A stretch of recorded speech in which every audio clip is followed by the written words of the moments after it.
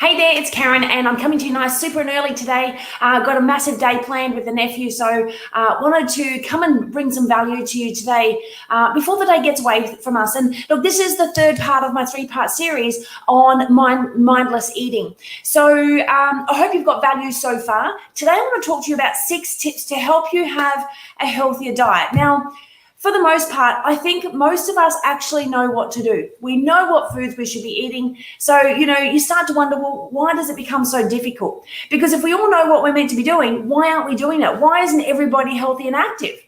Well, because we're human, right? And life gets busy and some things no longer become a priority. And, looking after yourself can become very time consuming. But I want to give you some six little tips that will help break a few things down. So the first thing that I definitely recommend is if you are doing the best that you can, pat yourself on the back. Like, we have so much judgment on ourselves. Trying to get everything right. So that's the first, this is actually not one of the tips, but I just think that, pat yourself on the back if you're doing the best that you can, and stay aligned with the people who are going to bring you towards the goals that you're wanting to achieve. It is a major key, alrighty, because we know on our own we can do great things, but when we are with a community of people, we can do even better things. So, the first thing in helping improve your diet. So it's very possible that you are doing a lot of great things right. But we need to know, okay? We need to know exactly what we're doing. So I recommend, and I suggest this to all my clients when we get started, track a food diary for 1 week. Now, there are apps that you can use, like MyFitnessPal. I'm very much old school, pen and paper. You can track it on a spreadsheet, but you want to find something that you can do, that everything that passes through your mouth, that you keep a record of, because unless you know exactly what you're eating, your brain will fool you 100%. You will forget. Life gets busy. And this is one thing you don't need to remember. We just want to track it. And over time, if you continue to track, here's the major key with tracking. What you track always improves, whether that's in your diet, whether that's in your finances, whether it's in your exercise regime. What you track will improve 100%.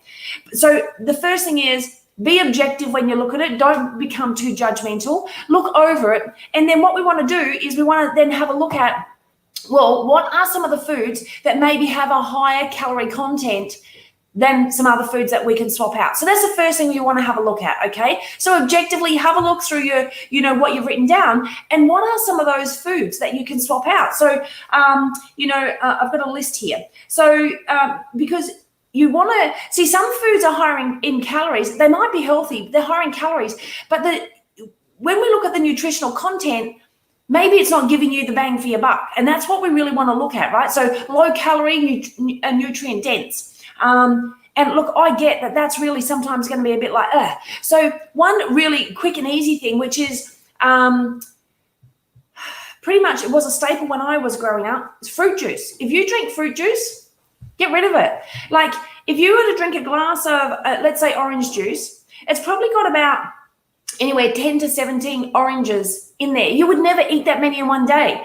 Now, the problem with fruit juice is we're taking out all the fiber and we're getting all like loads and loads of, fructose sugar, and that comes from fruit, which is fine, but not when there's like 10 to 17 oranges, right? So take out the fruit juice and put in the fruit so we get the fiber as well. That's a simple one. So things like if you're eating your white rice, your white pastas, go to your more whole meals. So the more refined something is, the worse it is for you, basically. And you probably know that, right? We just got to find ways. Now, here's a tip that I have used with my husband. If you are someone who really doesn't like wholemeal pasta or brown rice or quinoa or things like that, mix it in and start with what you do like and mix in. So if it's 2/3, 1/3, so 2/3, let's say the white rice, and 1/3 of brown rice, mix it in. And over time, that will change from the 1/3 to 2/3 to being completely towards the healthier version. Okay, so there's just a tip. The second thing is you want to know what you're eating. Now, this is difficult. Like, why is it difficult? Because when you go shopping, you really want to start to understand what a food label is. OMG, like they have made it so difficult to understand food labels. There's no question about that. I don't have it in front of me right now, but I do have a little, maybe it's in my purse actually. I do have a little cheat sheet that you can take with you when you go to the shop. No, can't put my finger on it right now. No problem. But if you want that, just reach out to me. It's about this big, and you can take that with you, and it'll start to help you. It'll help you to start to understand how to read a food label, because they do make it difficult. But what we're looking for here is not just the calorie content, but the nutritional value. Okay, so when we can start looking at food and understanding the nutritional value, i.e., really simple. If you were to eat an iceberg lettuce, okay, healthy, versus spinach leaves, healthy. Well, what's the nutritional value? Iceberg lettuce, no nutritional value, none.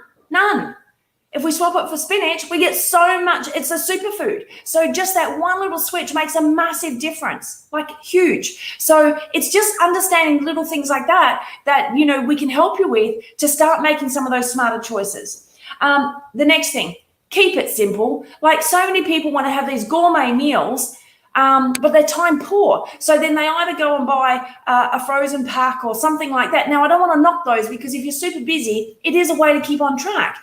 But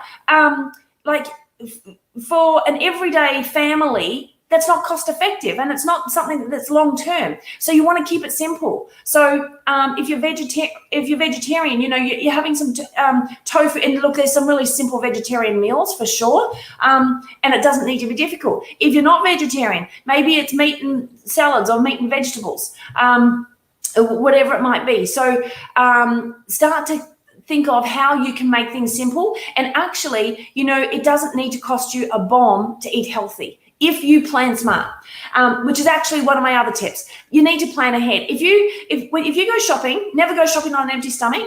But if you go shopping, or when you go shopping, write out your list of what you're having for your meals, and make them so that if you are having salad, maybe you're having salad 2 or 3 times in the week. Okay, so you use up all the ingredients, not just for that one meal. If you're having vegetables, have a look at what is in season, so it's not costing you a bomb. And then planning out some meals, and it doesn't have to be one after the other. But particularly if you go to a farmer's market, you'll find they'll last a lot longer. And then my last tip is be realistic. I hear people all the time, oh man, I crave sweet things. But I'm eating celery. Well, that's never going to cut the deal, right? Like, if you crave sweet things, you need fresh fruit. So find out what's in season and go and eat fresh fruit. That will help. If you are someone who craves ice cream, why not,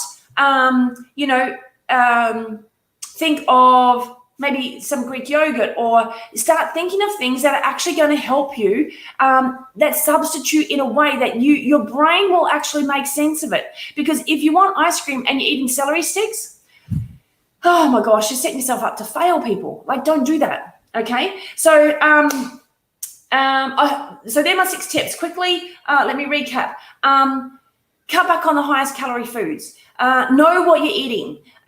Keep it simple. Plan ahead. Be realistic. Okay. And if you are wanting a list of some foods that you can swap, let me know. I'm happy to shoot you some information. If you're at a point where you really don't know where to start, I'm happy to have a chat with you. The link below, feel free to contact me there. The other thing you can do is just drop me a message. I'd be happy to, I respond to all my messages personally, so drop me a message. There is actually still time. Today's the last day. If you want to get into our 6-week online body transformation challenge, last opportunity today to get in on that. So the cutoff is tonight. So if you would like to do that, love to have you on board. Hope you got value from that. Thank you so much for being a part of my series. I will speak with you tomorrow from somewhere in the great outdoors. Okay, bye for now.